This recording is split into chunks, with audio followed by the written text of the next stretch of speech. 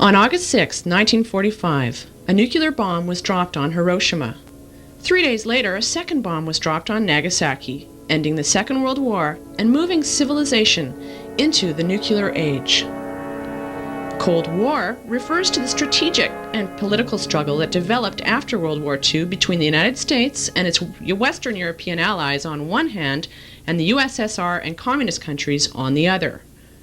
Political differences were exacerbated by ideological conflict. The Soviet leaders believed that capitalism would inevitably seek the destruction of the Soviet system. In the United States, a long-standing suspicion and dislike of communism strengthened the view that the USSR was intent on expansion and world conquest. Welcome to Northwest Focus. I'm Jennifer Lang. It was just before midnight on February 13th, 1950, when a nuclear accident occurred in northwestern BC. The U.S. military was to designate it code name Broken Arrow. Joining me now is Pierre Cote and Carl Healy from the Broken Arrow Aircraft Society. Hi, gentlemen. Nice to meet you. Good evening. What happened on that night, February 13th, 1950? Well, basically what we'll start with is what we're talking about is the B-36 bomber back in 1950, what happened and what they were doing in the BC area in Canadian airspace. What was going on with some of the readings and stuff that we've done is that in the 50s there was a project called the GEM program where they were doing cold weather testing on the B-36s. To see if they could stand up to... Yeah, it was a fairly new aircraft. Originally thought of being built in 1941 was when the first budget was really put out for it. So it was built 1946, the first one flew, and from there they started consequently building more and more of them to supply what they needed. It was originally designed to be, in case Britain fell to the Germans, that the Americans would use this bomber to go up from the north, Labrador, places like that, and fly over to England, over into Germany to do the bombing and whatnot that they needed in one trip without refueling. Where would they have been taking off from? Anywhere from Alaska, Goose Bay, Labrador, in the States. The aircraft could fly roughly 16,500 miles without refueling, so it would do a round trip no problem. So on this evening here, what they had done is the crew was already in Elson Air Force Base. Can I just ask you a question? Yeah. What were these needed for? These B-36s? I understand it's a very large plane. Yes. The wingspan the size of a 747. Actually, about 10 feet larger. So we're talking 230 feet wide. It's massive. Yes. So what was the payload? Payload in the final project aircraft was about 80,000 pounds. Okay, and for military use specifically? Yes, specifically. It had 16 20mm machine guns on it, all operated from compartments in the aircraft that were pressurized and so forth. So it was... a crew, how many? 16 on a crew. Okay. The plane that we're going to talk about had a guest on it, so there were 17 on board. Okay. So tell me about this plane. So again, continuing on, the crew was already in Elson Air Force Base and the plane was being shuttled up to do cold weather testing. And what they were doing is trying to see fatigue, what the fuel would do. It was a special fuel that they had to build for these engines. It was 145 octane avgas. So they wanted to see what 48 degree below weather would do to it. So they had it up, they armed it, they loaded it with munitions, the bomb, which was a Mark IV bomb, which is similar to the one that they dropped on Nagasaki. A Mark IV? Yes. Okay. Nuclear weapon. Now, did it have an actual? Was it ready to go, or was it? Talking to several different sources in the United States, they wouldn't have had the core in it. They would have left that out until time of need, I guess, in case there's any kind of incident, problems with the aircraft or whatnot. They wouldn't want to jettison one with the core in it. Being in the Cold War at that time, it would have been a rather valuable piece of commodity for other nations. So, to get back to this story here, what our aircraft was doing is it had spent 3 hours, basically they ran the engines constantly while it was there, because if they stopped it, the oil would solidify, the fuel would freeze up. They found that while it was on the ground that it had several problems with metal fatigue and shrinkage and so forth. So what they did is they took off, there was two of them, about 10 minutes apart. Our aircraft that we're talking about, which was tail number 449275, came out of Elson Air Force Base and it was flying a mission from Alaska down into San Francisco, simulating a bombing run. So as it was coming out of the base and flying up and coming up over the British Columbia coast, they started running into icing conditions. It was a Pacific gale, which we know out on that side of the island things can get pretty hectic, and it was also February, so the weather would have been really cold. It's probably the worst. Worst you could think of. So as they radioed in that they were starting to have problems with icing conditions. The carburetors were starting to freeze up, the fuel wasn't acting correctly, they were starting to have some instrument problems. So they probably debated. There was a little bit of time between when they contacted their tower again and told them what they were going to do. They finally told them that they've had, I believe it was engine number 2, engine number 3 were on fire. Basically what it was, they were running so rich that the fuel was burning in the exhaust. It was flaming. And they had one engine feathered, which means that the prop was turned so that it wouldn't drag and it wouldn't windmill. So basically they're down to 3 engines out of 6, so they've cut their power by half. They came out, they were flying along the coast, from what we've been told and the information we've gathered. They came out down by Hecate Strait is where they finally decided to jettison the nuclear bomb. They were, according to reports, they were about 8,000 feet. The bomb exploded at 4,000 feet with high explosives and unenriched uranium in it. From there, they were flying down over Royal Princess Island, and that's where the crew started bailing out, roughly. So they were losing about 300 feet of elevation every minute. Whoa, okay, so things were not looking good for this plane. No, they weren't looking good. They were saying it's time to get out of here, let's go. Wow, okay. So they had 4, again, to our reading and what we've gathered, through information, that 4 of them bailed, and they were never found right off the bat. They suspect they probably drowned in the 30-hour search that they did after the incident occurred. My goodness. There was a 5th member that there's some concept that perhaps maybe he drowned with the other 4, or perhaps maybe he stayed with the aircraft for some time. That's all stuff we have to do more research on. But as the 12 other crew members jumped, they were about 1.25 miles apart on the island from where the first jumped and the last jump that survived. So that plane was moving pretty fast. Would have been moving at quite a clip. It was going. So and the co-pilot, that there was 2 things that took place before they jumped out. The radio operator taped the mic so that they could transmit and the listening station could track it. And the next thing that was done is one of the co-pilots, now from what we've gathered, there was 3 co-pilots on board. There was a guest and then 2 other co-pilots. Would have been probably some of the guys that shuttled it up for the crew. What they did is they set it on autopilot to fly a course basically southwest into the ocean. They wanted to get rid of the plane in the ocean. Again, being the Cold War, this was state of the art. Everything was, they didn't want anybody to get. They didn't want the Russians to get their hands on that. Basically, plane? they didn't want them to get their hands on it because there was advanced, electronics on it, radars and so forth, and electronic countermeasures and that sort of thing. This is brand new. It was coming out. Radar was coming out back in those days. Yeah, they were on the cutting edge of technology back then. Okay. So they were looking to make sure they didn't fall into the wrong hands. So the plane is headed out to the water, and then what happened? One of the lieutenants on board was actually parachuted down and got snagged in a tree in reports. And he remembers looking up and seeing the plane on fire, according to his eyewitness account, and saw it start doing a slow arc and bank back inland. Wow. Now from there, that's where speculation comes in. What happened, where it went from there. We know where it is. It's up here on Colligat Mountain. How it got there and what it did for 3 hours from the time they jumped to the time that the radio stopped transmitting. Probably on impact though, right? So.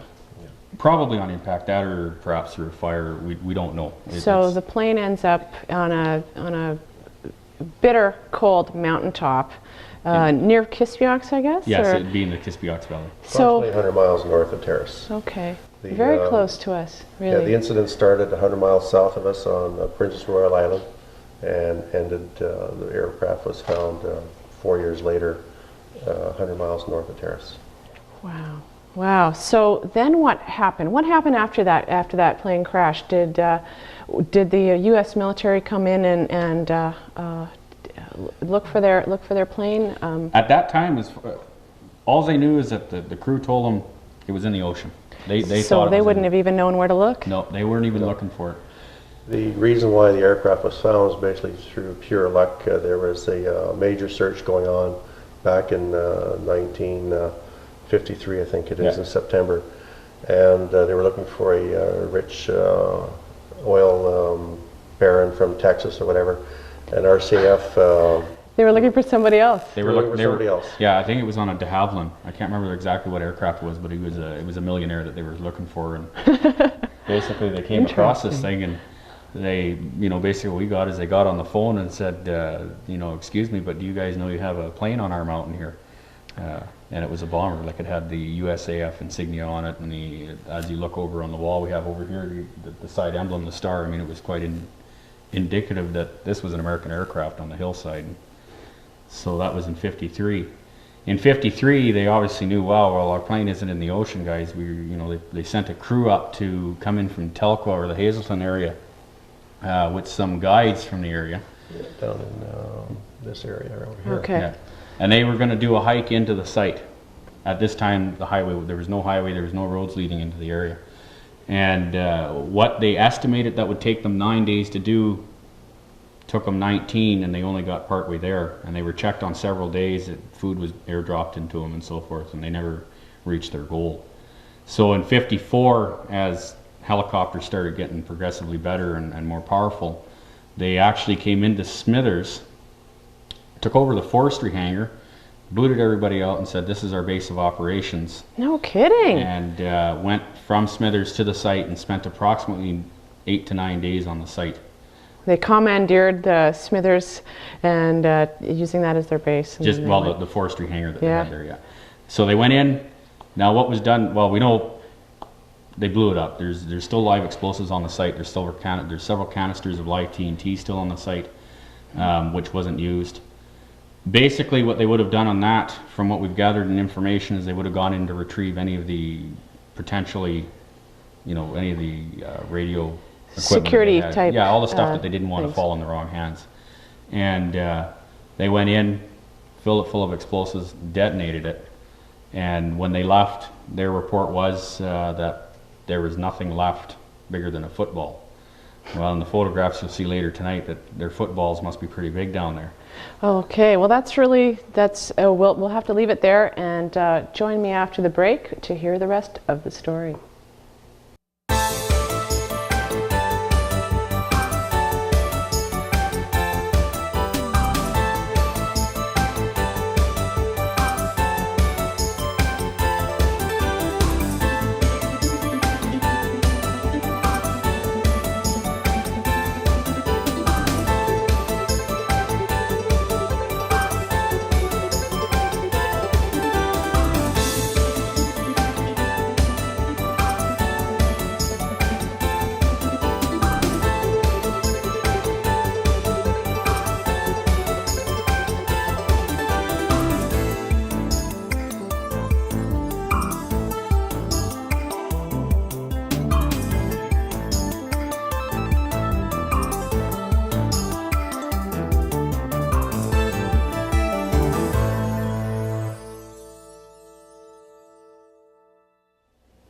Welcome back, and now we'll hear from Carl, who had a chance to actually go to the site this summer.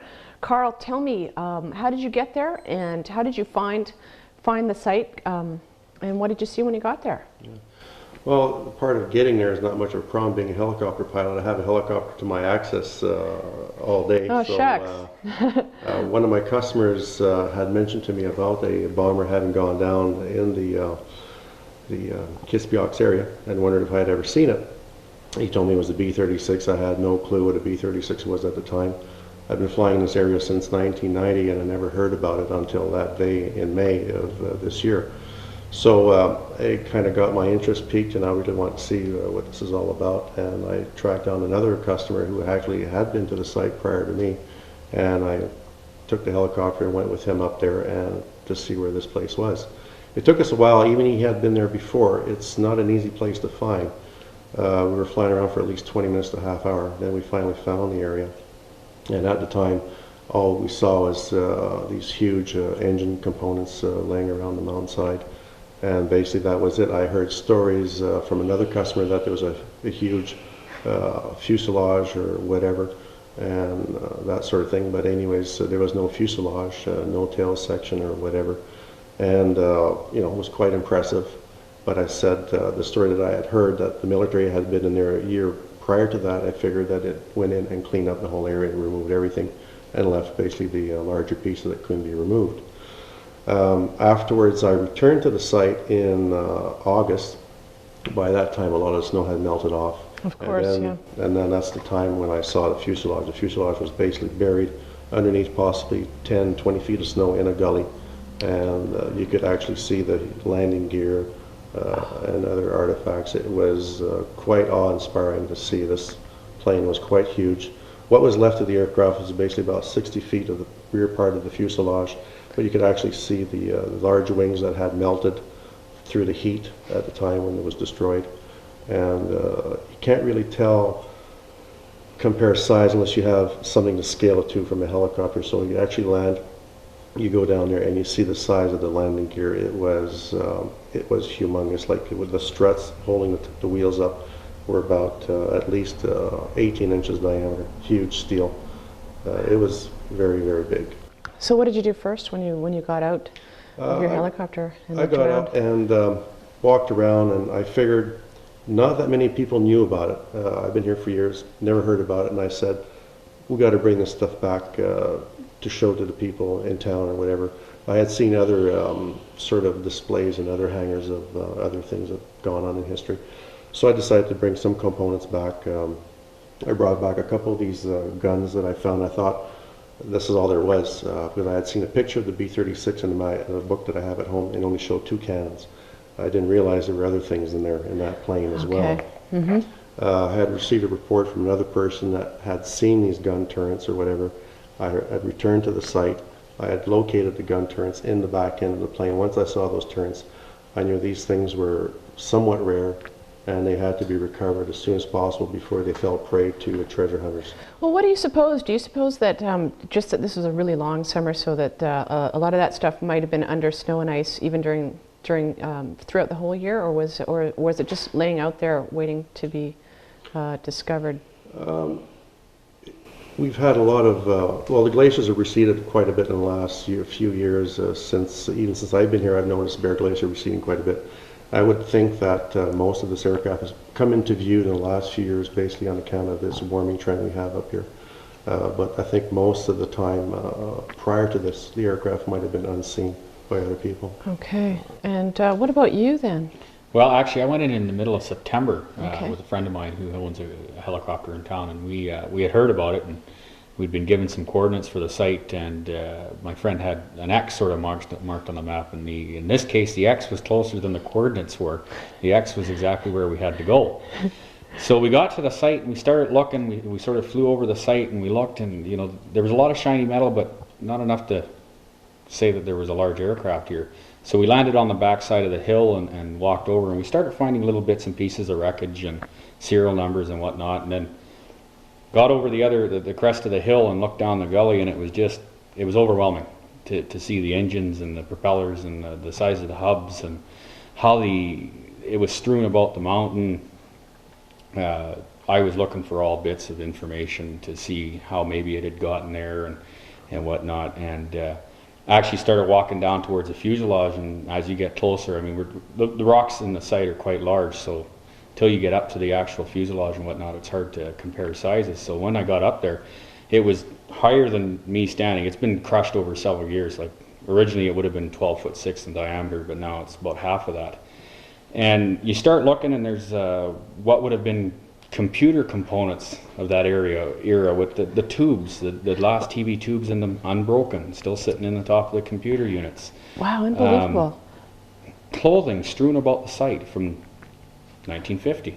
The crew's personal gear, the crew's survival gear, the blast goggles were there for when they would have detonated the bomb. They would have wore these special goggles to shield their eyes. Oh, you're kidding. Just an enormous amount of incredible information sitting on the site. Well, we were there for about 5-6 hours, and there still wasn't enough time to get in everything that was there. Like some of the engines were obviously not running when they hit the mountain, you can see that the props, well, if you look in the corner, this is somewhat Here's what one the here. props look like for condition. Not coherent with what would happen if an engine was running. Usually Okay. they would be torn apart and twisted in all kinds of This one angles. just looks a little bent, otherwise it looks pretty Yeah. good. And that's one of 3 on each engine. So That's massive, and there was 6 engines. 6 engines, So yes, it's in a 6. massive plane. when you go up and actually look at the engines that are sitting there, the cowlings are all, the outer shielding and whatnot is all dented and mangled, but you start looking inside and everything looks like the day that it was put into the airplane. The paint is still fresh.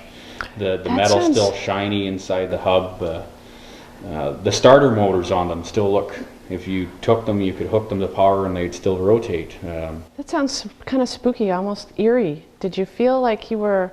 Only, and I think it's just superstition with some of the personal clothing. It was, you would look at it, you didn't really want to touch it, but, you'd look.